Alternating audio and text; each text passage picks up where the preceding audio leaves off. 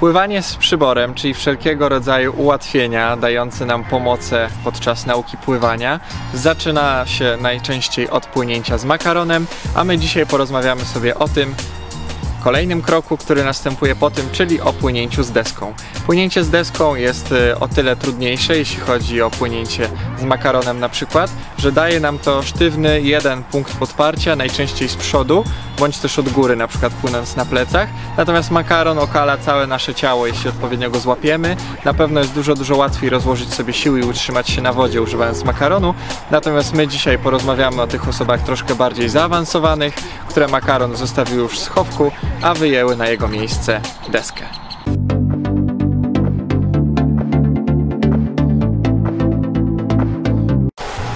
Do czego służy deska?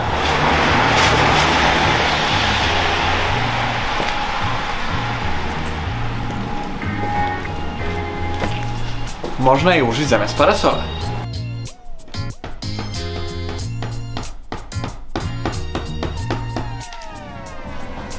Gotowe. Do krojenia pysznych kanapek. Wiemy już, do czego służą deski, mają bardzo szerokie zastosowanie, natomiast chciałbym, żebyśmy my dzisiaj konkretnie porozmawiali sobie o tym, jak tych desek możemy użyć, będąc na pływalni. W dzisiejszym filmie poruszymy sobie dwie kwestie. Po pierwsze, chwyt deski, jak dany chwyt warunkuje nam poszczególne rzeczy podczas płynięcia, oraz drugą rzecz, ocenimy sobie rodzaje desek i kiedy z jakiej możemy skorzystać. Pierwszym chwytem, o jakim sobie porozmawiamy, będzie chwyt wąski, widoczny tutaj po mojej prawej stronie. Jeśli chodzi o chwyt wąski, ja osobiście nie znajduję dla niego żadnego zastosowania takiego praktycznego. Według mnie jedyne, co on nam robi, to troszkę myli naszą pozycję, kiedy uczymy się na przykład dokładanki w kraulu, gdzie zawsze nasz mózg może zapamiętać sobie sytuację, gdzie te dwie ręce nam się po prostu wąsko schodzą. Zabierając deskę i rzucając taką osobę, powiedzmy, na głęboką wodę, możemy otrzymać taki efekt, że włożenie ramienia w wodę następuje na linii wzroku, bądź też przecinając za nie swoją stronę, zachodząc ręką. Dlatego chwytu wąskiego nie polecam, możemy przejść sobie dalej. Kolejnym chwytem będzie chwyt szerszy, nie nazwałbym go szerokim, tylko po prostu szerszy. Jak najbardziej według mnie powinien on występować w każdego rodzaju początkowych ćwiczeniach, ponieważ uczy on nas od początku ustawienia, gdzie jedno ramię, na przykład prawe, ma swoją stronę, lewe ma swoją stronę. Nie ma momentu zachodzenia dłoni o dłoń. W momencie zabrania deski mamy dość spore szanse na to, że podczas płynięcia dokładanką bądź też całym stylem każde ramię będzie miało swoją drogę wytyczoną, a nie będą one zachodziły na siebie.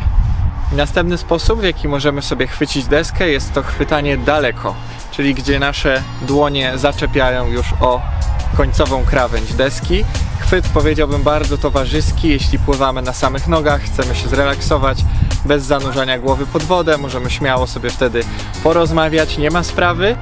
I jeszcze jedno ułatwienie, jakim sobie powiemy: im dalej chwycimy deskę, tym nasz środek ciężkości będzie troszkę bliżej tego punktu podparcia, dużo łatwiej będzie nam płynąć, troszkę nam powinno to skorygować ustawienie bioder, nie powinny aż tak tonąć i dużo łatwiej powinno być nam się utrzymać na wodzie, szczególnie jeśli dopiero co rozpoczynamy swoją przygodę z pływaniem. I przeciwieństwem tego, o czym sobie przed chwilką powiedzieliśmy, będzie blisko chwytana deska. Daje nam to możliwość swobodnej wentylacji góra-dół, jeśli chodzi o podniesienie naszej głowy i do góry, i do dołu. Daje nam to wiele możliwości, jeśli chodzi o płynięcie dokładanką, zarówno na brzuchu, jak i na plecach. Deska trzyma z przodu, jest to swoboda, że od razu ramię jest w stanie nam spaść w dół. Nie musimy najpierw go odkleić, odsunąć na bok i dopiero wykonać ruchu, tak jak mieliśmy to przy poprzednim chwycie. I ostatni rodzaj chwytów, o których sobie dzisiaj powiemy, jest to chwytanie deski po bokach. Ja sam osobiście nie znajduję dla tego żadnego usprawiedliwienia takiego, jeśli chodzi o jakieś zadanie. Jeśli ktoś z Państwa ma tutaj pomysł na to, co ten chwyt nam może umożliwiać, to proszę dać znać. Natomiast ja uważam, że jest on lepszy na pewno niż ten pierwszy, o którym sobie powiedzieliśmy, czyli chwytanie deski wąsko, natomiast gorszy bądź ciut gorszy od tego na szerokość barków, który następował po tym pierwszym. Pierwszym rodzajem deski, jaki sobie dzisiaj zaprezentujemy, jest deska niebieska, jak będzie to widać w przekroju, deska gruba. Deska stosowana na początku nauki daje nam największy stopień wyporności. Deska o powierzchni śliskiej, w miarę sztywna, dość przyjemna w dotyku, wykorzystywana na początku naszej nauki i też później. Bardzo ważne jest to, żeby wiedzieć, kiedy z tej deski zrezygnować na poczet tych kolejnych, o których sobie powiemy dalej. I jeśli chodzi o ułatwienie, które ona nam daje, jest ono dość duże, bo tak jak powiedziałem, deska jest gruba, ma duży stopień wyporności, śmiało możemy się na niej oprzeć i na pewno ona nas utrzyma. Następnym rodzajem deski, do którego według mnie należałoby przejść zaraz po tym pierwszym, jest również deska niebieska, tylko jak Państwo mogą zwrócić uwagę, jest ona krótsza i jest ona cieńsza. Jest cieńsza dlatego, bo daje nam mniejszy stopień wyporności, jest na pewno dla osób bardziej zaawansowanych. Jej długość jest krótka, dlatego że również jest dla osób bardziej zaawansowanych. Ciężej nam jest po prostu, im mamy mniejszą powierzchnię, o której się opieramy, ciężej nam po prostu jest na tym polegać podczas płynięcia. Dlatego im krótsza, również będzie dla osób bardziej zaawansowanych. Jeśli chodzi o ułatwienie, które ona daje, według mnie jest to taka średnia półka. Jest dużo trudniej na niej niż na tej pierwszej, o której przed chwilką sobie powiedzieliśmy, ale nie jest to jeszcze najtrudniejszy wariant. Do nich przejdziemy sobie w kolejnych zdjęciach, które sobie pokażemy. Jeśli chodzi o wygląd, według mnie wygląda całkiem spoko, można śmiało z niej korzystać. Jeśli chodzi o powierzchnię tej deski, jest ona śliska i w przeciwieństwie do tej pierwszej jest giętka. Łatwo się wygina pod napływem siły, dlatego jest trudniejsza w utrzymaniu na wodzie.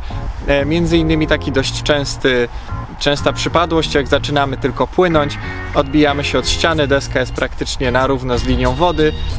Bardzo często dochodzi do tego, że ona gdzieś tam się zawija pod wodę i w momencie odbicia wygina się w taki duży łuk z góry. Na pewno jeśli zrobimy coś nie tak, ta deska nam o sobie da znać pod postacią wybrzuszenia do góry. Następnym rodzajem deski jest deska czerwono-niebieska. Deska bardzo według mnie fajna, wygląda fajowsko.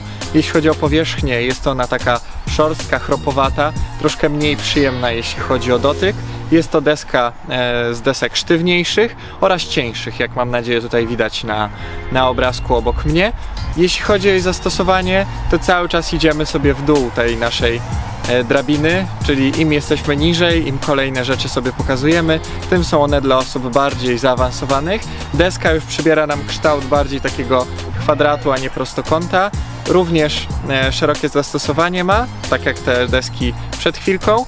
Tak jak mówiliśmy sobie na początku filmu o tym, jak możemy trzymać deskę, w tej desce na przykład nie będzie problemu z wybraniem sobie strony, ponieważ jest to kwadrat, której byśmy nie wybrali, będzie dobrze, a na pewno też łatwiej będzie złapać sobie tą odległość, nie chwyt wąski, tylko chwyt szeroki. Następna jest to ta mała deseczka turkusowa.